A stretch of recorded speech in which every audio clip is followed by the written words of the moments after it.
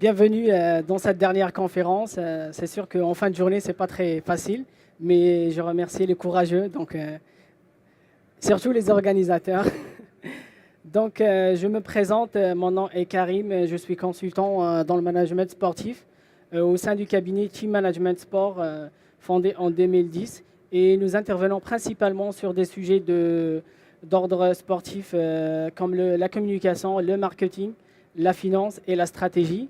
Notre offre est destinée principalement pour les clubs de soccer, pour les athlètes aussi et pour toute autre structure sportive, que ce soit les fédérations ou les ligues. Aujourd'hui, dans cet atelier, nous parlons principalement de l'impact d'une stratégie de communication sur les clubs de soccer. Le but de ce sujet, on est dans un salon de soccer, fait qu'on voulait présenter un peu quels sont les avantages et les bénéfices d'une stratégie avec le développement que le soccer connu ici au Québec. Nous avons jugé que c'est très important de développer cet axe-là. Mais avant de parler de ça, l'idéal aussi, c'est à savoir qu'une stratégie de communication a un rôle important dans le développement du club, aussi dans le développement des relations avec les fans ou bien avec les spectateurs. Et ce développement se traduit par un intérêt financier et un intérêt d'image de marque pour un club ou pour une fédération. Pourquoi on voulait parler de ce sujet? Parce que c'est sûr que ces dernières années, le développement du web a donné deux avantages pour n'importe qui. C'est la gratuité de l'information et puis l'accès ou l'immédiateté de l'information. De ce sujet-là, le sport en général et surtout le soccer en particulier a trouvé sa place dans ce contexte-là. Et puis, par vocation, les fans de sport ont bien sûr la volonté de parler, d'exprimer leurs opinions, de demander des informations sur un club par amour ou par passion. En général, les grands clubs professionnels ont bien saisi cette occasion-là. Ils ont mis des moyens financiers importants et des investissements importants pour mettre en place ce qu'on appelle une stratégie de communication sociale 360, bien sûr pour aller séduire les fans et rendre ça monétairement très important pour le club. Nous allons voir ensemble quels sont les bénéfices de la mise en place d'une stratégie de communication pour un club. Il y a bien sûr plusieurs motifs ou plusieurs raisons qui poussent un club à aller investir dans ce domaine-là. Mais principalement, nous avons repéré quelques avantages que nous souhaitons partager ce soir. En commençant pour mieux comprendre les attentes de chacun des acteurs. Bien sûr, un club entre en relation avec plusieurs acteurs. Ça peut être les joueurs, les spectateurs, les médias, d'autres responsables. Et nous avons jugé que c'est très important pour un club d'aller analyser les attentes de ses consommateurs, d'aller les comprendre dans le but d'améliorer l'offre de services, que ce soit des services ou des produits qui sont destinés à cette catégorie-là. De ce point de vue, par exemple, dans ses relations avec les fans, il est très important d'aller comprendre les attentes dans ce qu'on appelle un système, ça peut être un CRM, et ça demande beaucoup d'investissement, mais ça permet au club de mieux les connaître et de mieux répondre à leurs besoins. Ça, c'est un premier bénéfice. Le deuxième, mieux informer et surtout informer avec moins de coûts. Là encore, l'émergence des réseaux sociaux est un outil très important pour un club pour aller mettre en relation avec ses fans et les informer à moindre coût. Aujourd'hui, les réseaux sociaux prennent place graduellement aux outils qui sont traditionnels, comme la publicité, que ce soit pour promouvoir un événement ou une compétition, ou bien sûr promouvoir un sponsor ou un commanditaire.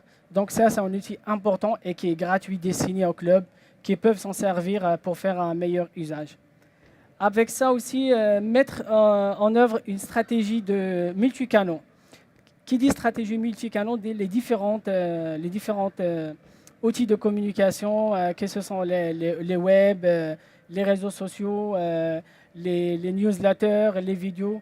Tous ces outils-là sont mis à la disposition de n'importe quel club qu'ils peuvent s'en servir pour mettre en œuvre une stratégie de multicanal. Pourquoi? Parce que ça leur donne plus de visibilité auprès des spectateurs. Aussi, ça leur donne un taux d'audience élevé auprès des sponsors. Et bien sûr, ça fait un retour sur investissement pour le sponsor s'ils sont présents bien sûr, sur plusieurs types ou plusieurs outils de communication.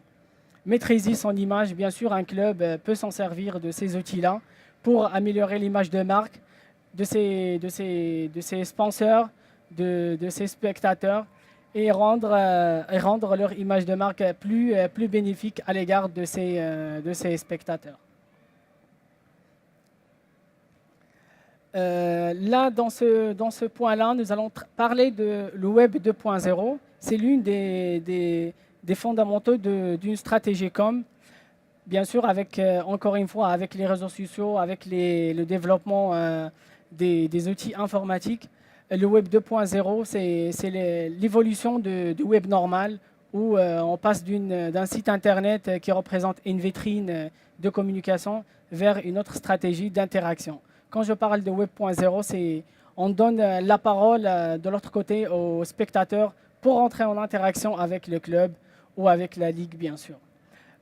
Cela permet bien sûr d'identifier que les gens, s'ils ont un intérêt pour un club. Quand on rentre en communication avec les spectateurs, bien sûr, on va les saisir les opportunités d'affaires où là où une personne montre manifestement son intérêt pour un club.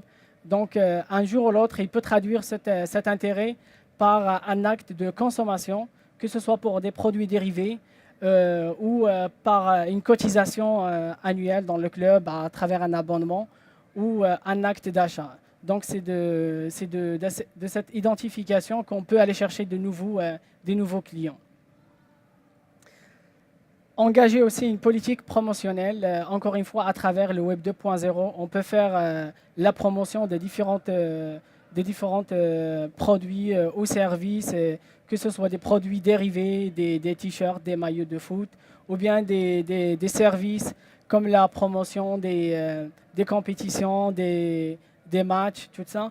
Donc ça, c'est encore un outil qui permet d'engager une politique promotionnelle pour les fans. Engager une interaction avec les fans, on leur donne accès à exprimer leur point de vue, à exprimer à travers des commentaires, à travers des partages de vidéos ou de photos, et bien sûr nous donner leur avis en fait, et vivre dans la vie du club. Ça permet de valoriser un peu le spectateur ou entre guillemets le fan et le rendre prestigieux, comme quoi un club s'occupe bien de ses spectateurs. Développer du contenu spécifique et multiplier le trafic sur une plateforme. Encore une fois, on trouve très bien des clubs qui développent des stratégies d'avant-match ou d'après-match à travers des vidéos, à travers des photos. Et donc de vivre dans le cœur de l'actualité du club par des bonnes nouvelles ou par le jour du match, donc de faire des partages des vidéos. Et mettre des outils de social tacting ou bien de social merchandising.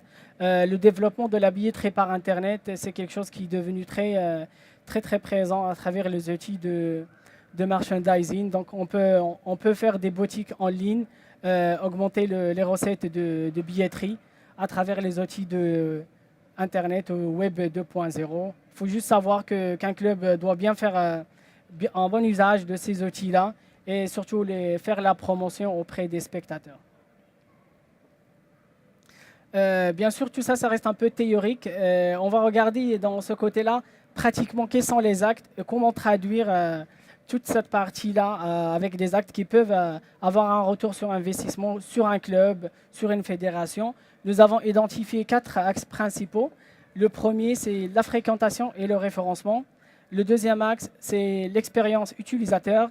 Et le troisième, c'est caractère marchand ou caractère e-commerce de cet outil-là et les médias sociaux. À travers ces 4 actes, un club peut faire une stratégie, on appelle ça une stratégie sociale de communication 360 degrés. Ça veut dire qu'on fait le tour un peu de toutes les axes qui sont très importants pour un club. Nous avons pris deux exemples de deux clubs qui sont très, très connus. Un club qui est mondialement connu, c'est le FC de Barcelone.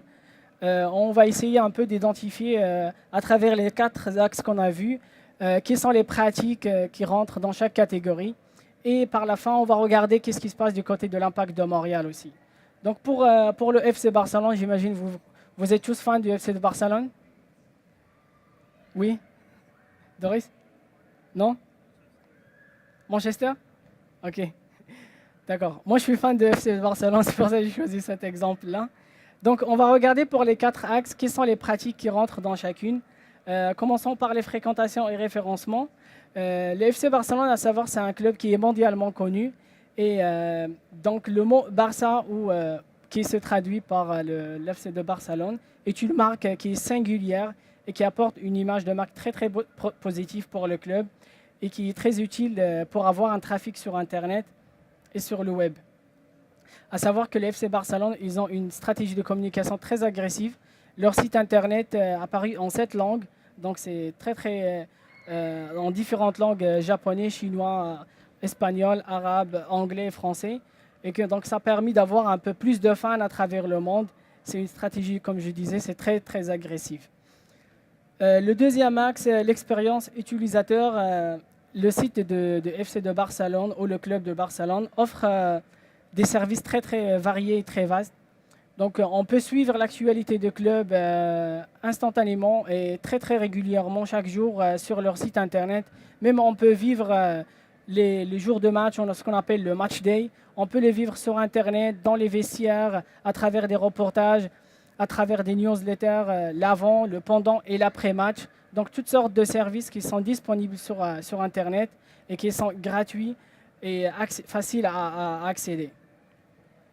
La capacité de fidélisation des supporters grâce à un accès simplifié à l'actualité de club. Donc, encore une fois, c'est le fait que le site est en 7 langues.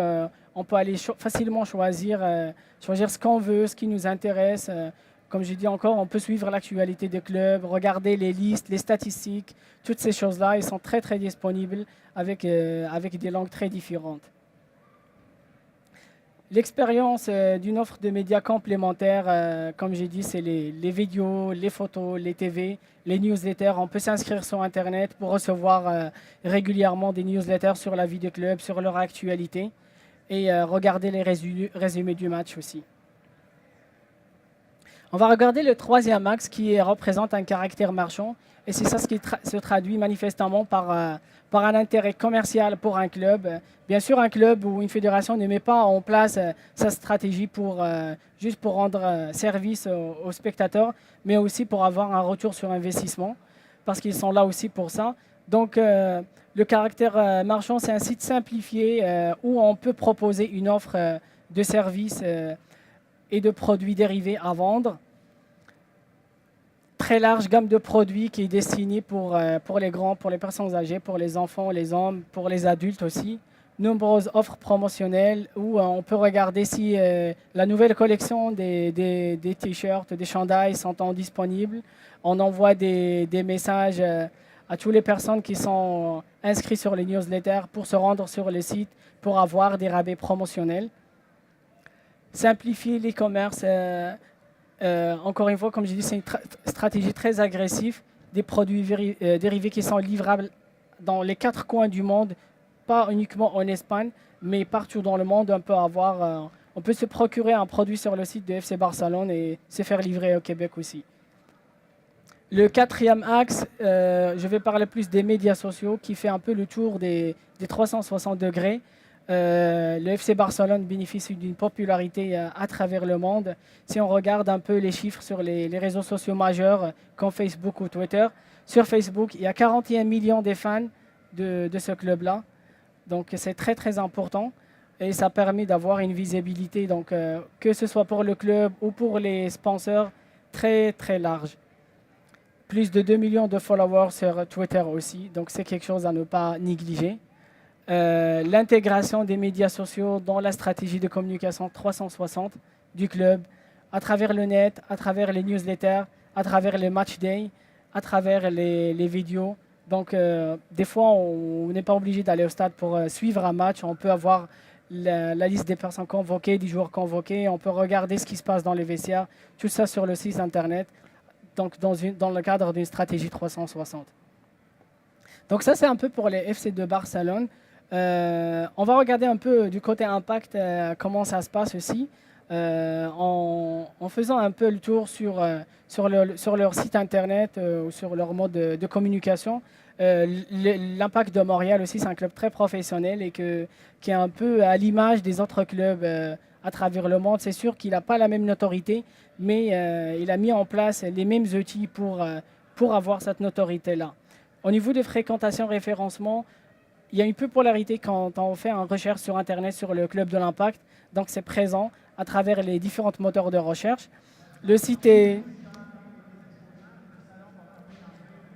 disponible aussi en français et en anglais, donc multilingue. Donc, ça peut s'adresser aux anglophones comme ça peut s'adresser aussi aux francophones.